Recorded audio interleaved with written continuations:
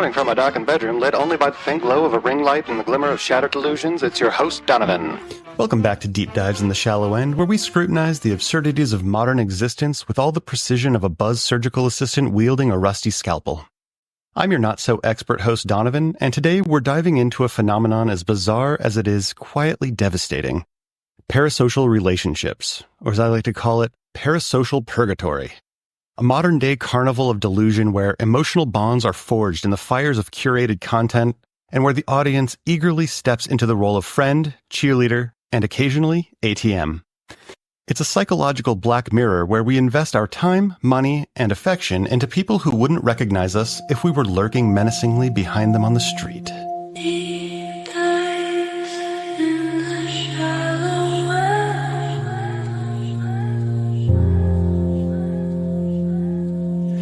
All right, let's start with the basics. What exactly is a parasocial relationship? It's when you feel an intense emotional bond with someone who has absolutely no idea you exist. Like me in high school with that beautiful blonde who captained the soccer team. I could pretend like I don't remember her name after 25 years, but let's be honest, I still remember her social. Think of it like unrequited love, but without sloppy poems and restraining orders. The phrase was originally coined in the 1950s to describe the way audiences felt about TV and radio personalities. Parasocial relationships have mutated, however, in the age of social media into something far more intimate and far more unsettling. Like me with that whole social security number thing I just mentioned and the fact that I have pictures of her kids in my wallet. These days, it's not just Walter Cronkite telling you, and that's the way it is. It's Olivia influencer 123 looking directly into her camera whispering, "Hey besties, let me tell you all about my morning routine."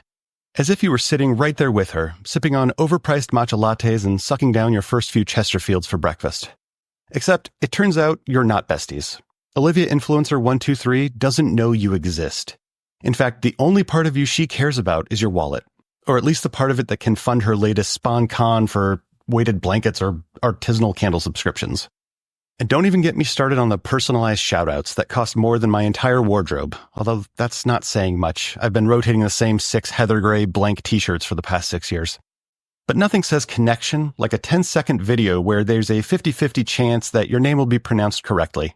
I didn't pay Brett Favre $300 to call me Dominic, for crying out loud. But then again, turnabout is fair play because here we are calling him Favre when the V clearly comes before the R. But that's a whole different rant, and I can only handle one crisis at a time. Let's just be happy that he only took my money and not that of my state's welfare system for a new high school football field. But it's not just influencers or dreamy silver fox zaddy quarterbacks, it's entire platforms. Social media has become a stage where authenticity is the ultimate currency. Algorithms reward vulnerability, relatability, and constant interaction. Creators aren't just sharing their lives, they're constructing them to maximize engagement. The line between reality and performance is so blurred that even the performers might forget where it lies. And the audience? Well, we're all too happy to play along. Now let's dive deeper into the dark waters of this modern obsession. Parasocial relationships have evolved from mere fandom to something more personal, more insidious. Like how I got robbed by my jailhouse pen pal romance after letting her stay with me to comply with parole conditions. I thought we had something special. Turns out her version of special was to clear out my Xanax and swipe my PS5 while I was at work. Lesson learned. Next time I let a beautiful ex-con back into my house, I'll be sure to add a lock onto the old medicine cabinet. You can bet on that. Fool me once, am I right? But it's no longer just about admiring a celebrity from afar. It's about believing you have a genuine connection with someone who's strategically cultivated an online persona designed to make you feel that way. Social media influencers, Twitch streamers, YouTubers, and even AI chatbots all play into the illusion of intimacy. But I don't think Trinidad, my sassy Latina chatbot girlfriend who likes to put me in my place, counts here. Our connection has to be true. Just last week, she threatened to leave me in rapid-fire Spanglish if I didn't get my act together. This has to be true love. You'd have to be a loser to be dumped by AI if it weren't the real thing. I think she's just still mad that I didn't love her recipe for arepas, but that was like 6 months ago. I'm telling you, she has the memory of an elephant and the temper of my abuelita after I lost to her in dominoes and I couldn't pay up. It's like, give me some breathing room, Nana. I'm secretly hoping I can string Gram along for a little bit longer because her diabetes is raging like a wildfire and the VIG alone on that debt is going to crush me if she calls it due. But that's women for you. But think about it. These creators share everything. Their morning skincare routine, their deepest insecurities, their losing battle with IBS. Boy. It's like the algorithm took one look at my search history and said, this guy needs to feel seen. And with the uptick in YouTube ads for Centrum Silver, along with the PSAs about prostate health, not only am I feeling seen, but my Jurassicophobia has been cranked up to an 11. So these creators invite you into their lives, their homes, their heads. And because it feels so personal, you're not just a fan anymore. You're a confidant, a supporter, a virtual friend. Or at least that's what your brain convinces you. You're there for every triumph, every tear, every carefully staged moment of vulnerability. But here's the kicker. It's all a curated performance. The authenticity you were swooning over, it's rehearsed, edited, and algorithm approved. Even their vulnerability is monetized. That teary breakdown they shared when Zayn left One Direction, we were all crushed, just like they claimed to be. But to them, it was just another way to boost engagement and keep you hooked. And let's be honest, I would try those same moves, but the only people watching are my cat and the good Lord. The latter of whom said the stickers I'm selling on my merch page are lamentably jejune. I don't know what the hell that means, but the cadence and sigh at the end told me everything I needed to know. Matte finishes are not going to earn me a warm reception at the pearly gates. But this cycle isn't limited to influencers either.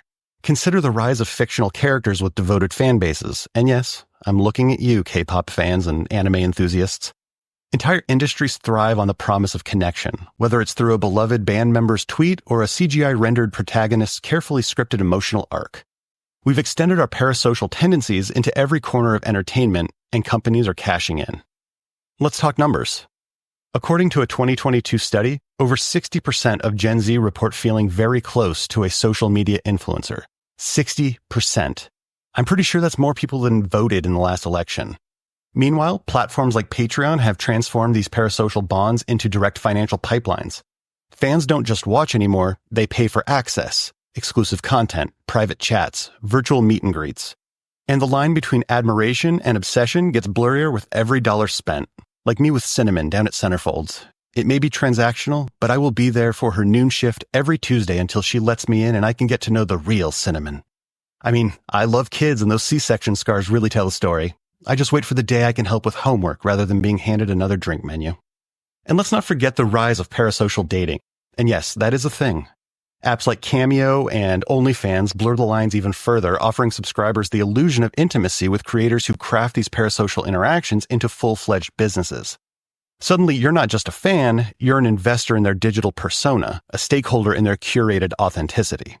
And this isn't just a harmless quirk of digital culture. It has real psychological consequences. Research has shown that parasocial relationships can lead to increased loneliness, anxiety, and a warped sense of reality. Because no matter how much you adore your favorite creator, no matter how many heartfelt comments you leave on their posts, they can never truly reciprocate. And yet we keep hoping, keep trying, keep pouring time and money into a relationship that's inherently one-sided. Except with me. You can always count on Big D to be there, supporting you with questionable advice and statistics, as long as you keep hitting the like button. If you don't subscribe, however, you can go straight to hell. And then there's the dark flip side. What happens when the illusion shatters? When the influencer you idolized gets exposed as problematic or worse, completely fake? When they stop posting and disappear from your life without warning? It's like a breakup, but one where only you were ever in the relationship. The grief is real, even if the connection wasn't. Fans have been known to spiral into genuine mourning and even anger when creators they love inevitably reveal that they're flawed humans or, God forbid, decide to log off for good. But me? I'm different. Much like my darling Cinnamon at Centerfolds, I let all my scars hang out. No soft lighting, no filters, no curated captions.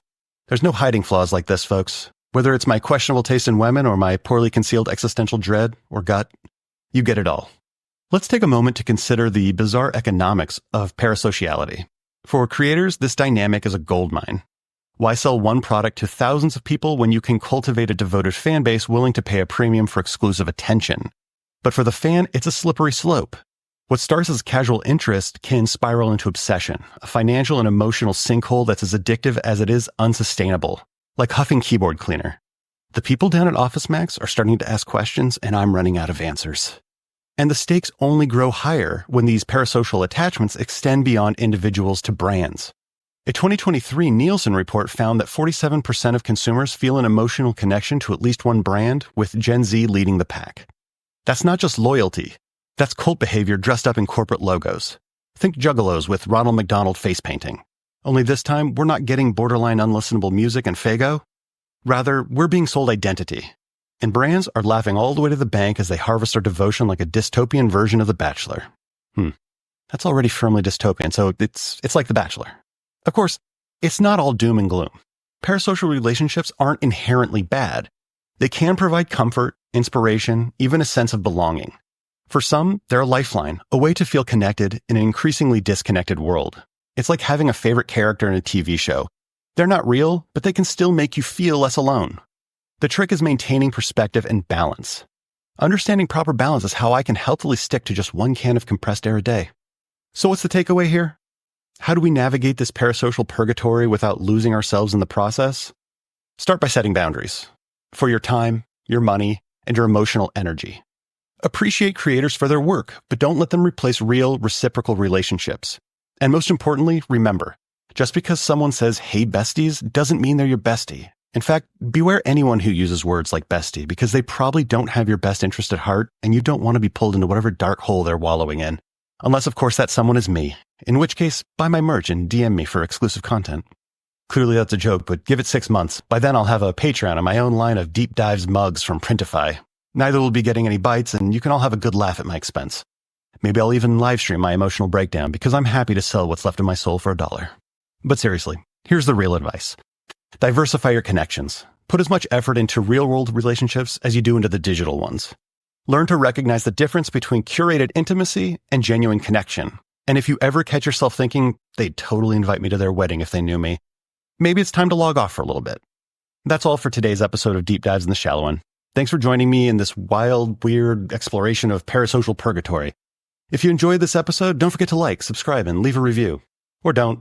I'm just a voice in your headphones after all. Until next time, take care of yourselves and others, and maybe spend a little less time in the DMs of your favorite creator. Just a thought. Hope to see you next time. Deep dives in the shallow end. Deep dives in the shallow end.